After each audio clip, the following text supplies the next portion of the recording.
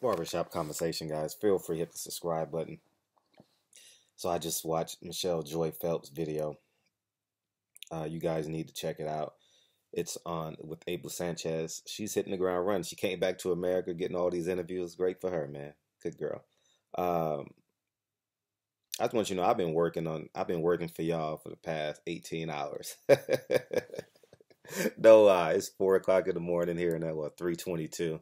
By the time this video will get up, it'll be 4 a.m. Uh Abel Sanchez called Jamal Charlo easy work for Triple G. I'm waiting to hear you guys' opinion in the comment section. Let me know what you guys think. But he basically said, "Oh, that's a convincing win. That's easy work." He kind of just shunned it off. It's too bad. Well, I'll see Jamal Charlo this week, and he called him. Basically said easy work. I mean, it's not a problem. He was pretty upset at the WBC because they're basically forcing his hand, and he's deflecting a lot. He's deflecting a lot of pressure. His camp is under a lot of pressure. Um, some of it warranted, some of it unwarranted, some of it deserving, some of it undeserving. Uh, Regardless of how you feel about Triple G and Canelo, it's not Triple G's fault. I'll digress back into Jamal Charlo fight. It's not his fault. It's all Canelo's fault, and I genuinely believe. Well, I don't have to. Let's just deal with the facts. It was intentional because he put the food in his mouth, and when you're a multimillionaire and your and your trainer owns owns a quote owns or produces meat of that substance in which you ate, you know, it's very, very, very fishy. And since you were caught, you're guilty.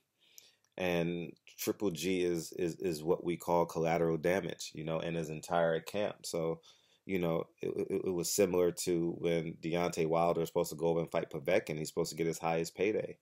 He already put the money up for the camp. I don't know if he got an advance. I don't know that, but he put his money up for the camp, and he assumed he was getting that check to fight Povetkin, and Povetkin popped dirty, and Deontay Wilder went a long time without a payday, and thank heavens these guys are, I would say Triple G included, make wise decisions with their money, and I would assume that Triple G has a lot of money saved up, and I would say the same thing about Deontay Wilder. He's not really, really out there. I mean, although he has a great card collection, but he's not out there in the streets. It don't appear that way, not publicly, you know. But I'll digress back into calling Jamal Charlo easy work. I don't think Jamal Charlo fighting a heavyweight is easy work. I'm being a bit rambunctious, but um, Jamal Charlo is a freakish athlete in his prime, which means to knock a kid out like that will be rather challenging. And I know you don't have to knock someone out to beat them convincingly, but I'll digress us back into reality. Uh, when when someone says that and it's not true, they're basically deflecting, don't want to deal with it until they have to. Um, I think that the pressure is getting to Team Triple G, and it's not all because of him, but it's just collateral damage. And if they would have fought Billy Joe Saunders, if they would have fought Billy Joe Saunders last June, they would have all the pieces to the puzzle, and Canelo would have to publicly uh, meet them in the middle somewhere because he has all the belts. And when you have all the keys, to the cars, right? People got to come to you to ask to borrow the car, right? And I thought Triple G missed the boat on that. I thought Tom Lawford missed the boat on that because if he fights Billy Joe Saunders last June, there's still a chance. Well, there's 100% chance if Triple G doesn't get cut, which he's never been cut before. You got July, August, September. He has 2.5 months to prepare for. He has 2.5 months to prepare for Canelo. Now, I will say this: consecutive camps will play a toll on your body. So I'm not saying that I can predict the outcome in September, but I would say Billy Joe Saunders last June would have been an easier fight for for for Triple G. One being, remember the fight before that, he was basically in a fat farm. You know, he was over 200 pounds. He was just basically losing weight to get to the fight, and he looked terrible. So his confidence wasn't what it was. And part two to that, I believe he fought David Lemieux in the fall. I would say Decemberish. So he had time for his body to get acclimated back into a boxing lifestyle. And I think that played a huge part into his success against David Lemieux. And that's the reality of it. And now he's fighting a very confident fighter who's fighting at least twice a year now. He's fighting in June, or he's coming up. His fight is coming up, I believe. Or if, I'm not sure if it's been canceled, but I know he's coming off of a hand injury. I apologize for the yawning. As I say, it's rather late here, but you know, Triple G versus Canelo, Triple G versus Charlo is a big fight. Is a big border war fight. You know, is a big borderline fight. Is a big racial fight. Is a big racial as in positive, not racial as in I hate I hate you, I hate white people, black people hate white people. No, it's not that. I'm talking about in galvanizing the nostalgic imagination of boxing fans, you know, whereas, you know, obviously black fans and Latino fans are going to pick a side. The Latino side will be split, but the black fans will jump on Jamal Charlo. Win or lose, it will make him a household name, because that's a nationalistic fight. Triple G, you know, quote unquote, pound for pound king, according to white media, according to ESPN and HBO. Oh, well, they got Lomachenko, but you guys get my point. Let's just say according to HBO, since they don't have Lomachenko anymore. He's their god. He's their pound for pound king, right? And Jamal Charlo coming out from, you know, quote unquote, the slums of Houston, right? Little they know of a, you know, two-parent household, great character. Um, as they said in the interviews this past week, lives a boxing lifestyle. So you know, so it would be a great fight in terms of marketing. It would be a great fight in terms of putting butts back in the seats. You know, that is a big fight in Las Vegas. That would just do crazy numbers. I think that's a pay-per-view fight. Um, it won't be a pay-per-view fight. HBO obviously will pick that fight up, but I think that has a potential to be a 300,000, 400,000 pay-per-view fight minimum. You know, because keep in mind, when you're talking about one Charlo, you're talking about two Charlos. So they're remaining current. If you look on my channel, my past 50 videos, 15 of them have been on the Charlos on some level, right? Because they had the media workouts, and this upcoming week I'm covering them all week. So from Thursday, Friday, Saturday, you're gonna get a lot of Charlo and Leo Santa Cruz and Abner Mares, obviously, but you know, Austin Trout as well. So you know, you take all that into account. So um, their name cachet is building. People can't tell the difference. I mean, the novice fan will initially think, "Oh, he just fought Trout." He did. This is twin brother, obviously, but you know, it just galvanizing the spirit. But I'm going to disagree with Abel Sanchez and say Jamal Charlo is not easy work.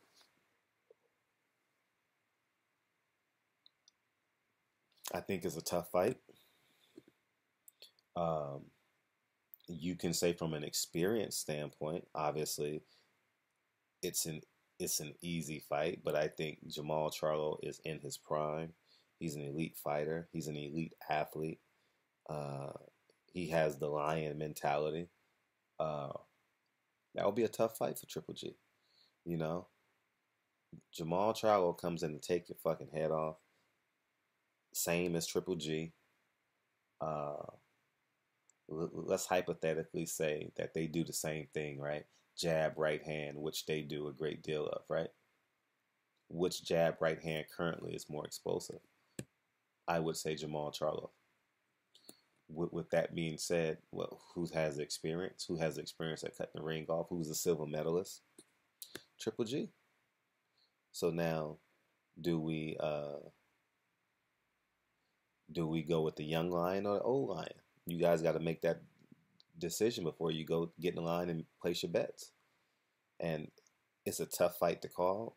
I won't break that fight down until it gets signed, because what's the point of me watching 10 fights, breaking that fight down, and the fight don't get signed? So from a stylistic standpoint, it's beautiful.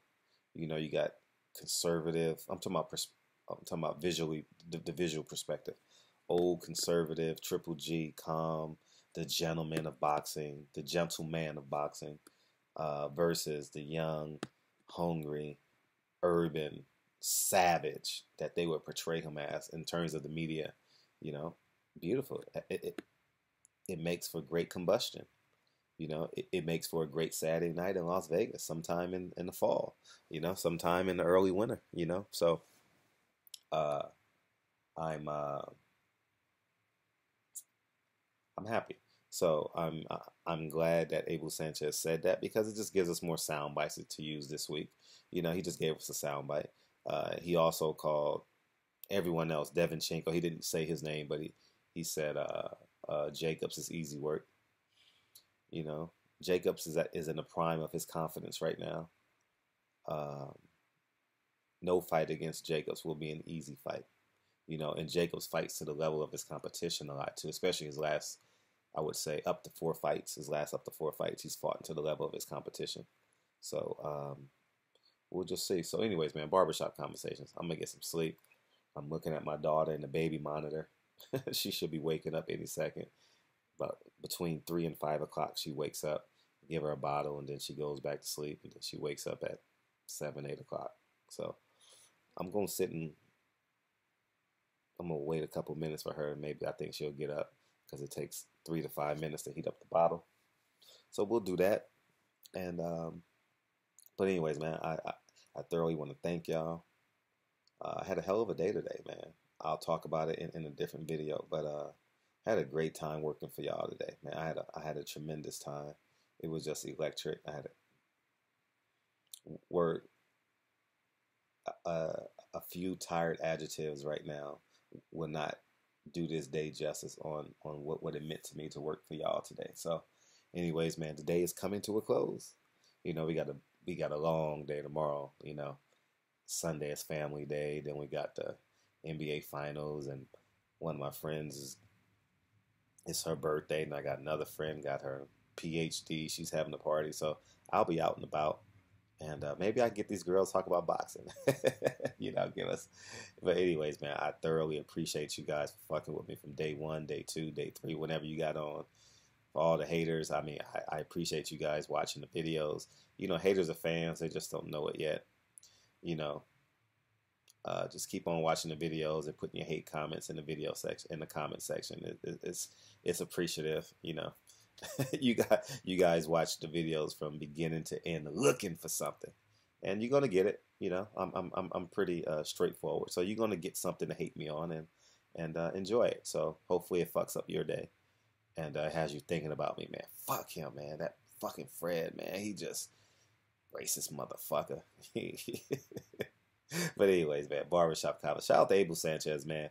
I'll say this about Abel Sanchez, man. He looks me in the eye. He looked me in the eye, and we had a great interview, a 30-minute interview. You guys saw it with Triple G. So we disagree on 70% of a lot of things that we discuss, and this is going on for years, and we're still cool. I can call Abel Sanchez tomorrow morning and talk about Triple G. I'll have an interview within 24 hours. Let's say 48 hours, because you got to respect these guys' time. If it's not like urging like a death or an immediate reaction to a fight that was announced, something really, really, really big news. But this ain't big news. This is just an opinion. But you give him 48 hours to get back to you, and more often than not, He's been great. Although I've only used him only called him one time, as you guys saw when we went live. But it's just a beautiful thing, man. He's always been gracious with me. I mean, I disagree with his opinions a lot, but he's more than fair. So Abel Sanchez, I know you're gonna watch this video. I salute you, man. I genuinely appreciate you, and I look forward to covering your next fight. Well, if it's against Canelo, I'm not going, but you guys, you know what that is. But anyways, man, Barbershop Conversations, man. I look forward to covering you against Devinchenko. I'll be at that fight if it's on the West Coast. Jacobs, I'll be at that fight no matter where it's at. And Charlo, obviously, I'll be at that fight no matter where it's at. So, Barbershop Conversations, thank you, Abel Sanchez, for the pass. And I disagree with you when Jamal Charlo is not easy work for no one. Honestly, I'll keep it true with you. Jamal Charlo is not easy work for no one at 168. I'm not gonna be bold and say 175 because I don't think he's grown into fighting at 175 yet. Those are some heavyweights that he's fighting, so he'll hold his own. I mean, he's a professional fighter, but 12 rounds of a heavyweight pounding on you. Look at Munguia and Ali. They have weight classes for a reason, so he'll grow into 175, and he'll get there. But I think even super middleweight, I think he does. He can get a belt at 168. No, I do believe Jamal Charlo can get a belt at 175 as well. When you see him in person, I've played basketball against Jamal Charlo for McGregor Floyd weekend, and to see him move on a basketball, I mean, he's not the greatest shooter, but to see him move, you're like, whoa, he's a freak of an athlete, and he honestly looks like Cam Chancellor with clothes on. He looks like an NFL strong safety or free safety, your choice. And he's a freak of an athlete, man. I'm just saying that for real. He's a freak of an athlete, just physically, So anyways, man, Barbershop Conversations. And I know this is going to make front page news tomorrow. So, and I'll talk to you guys soon. Peace.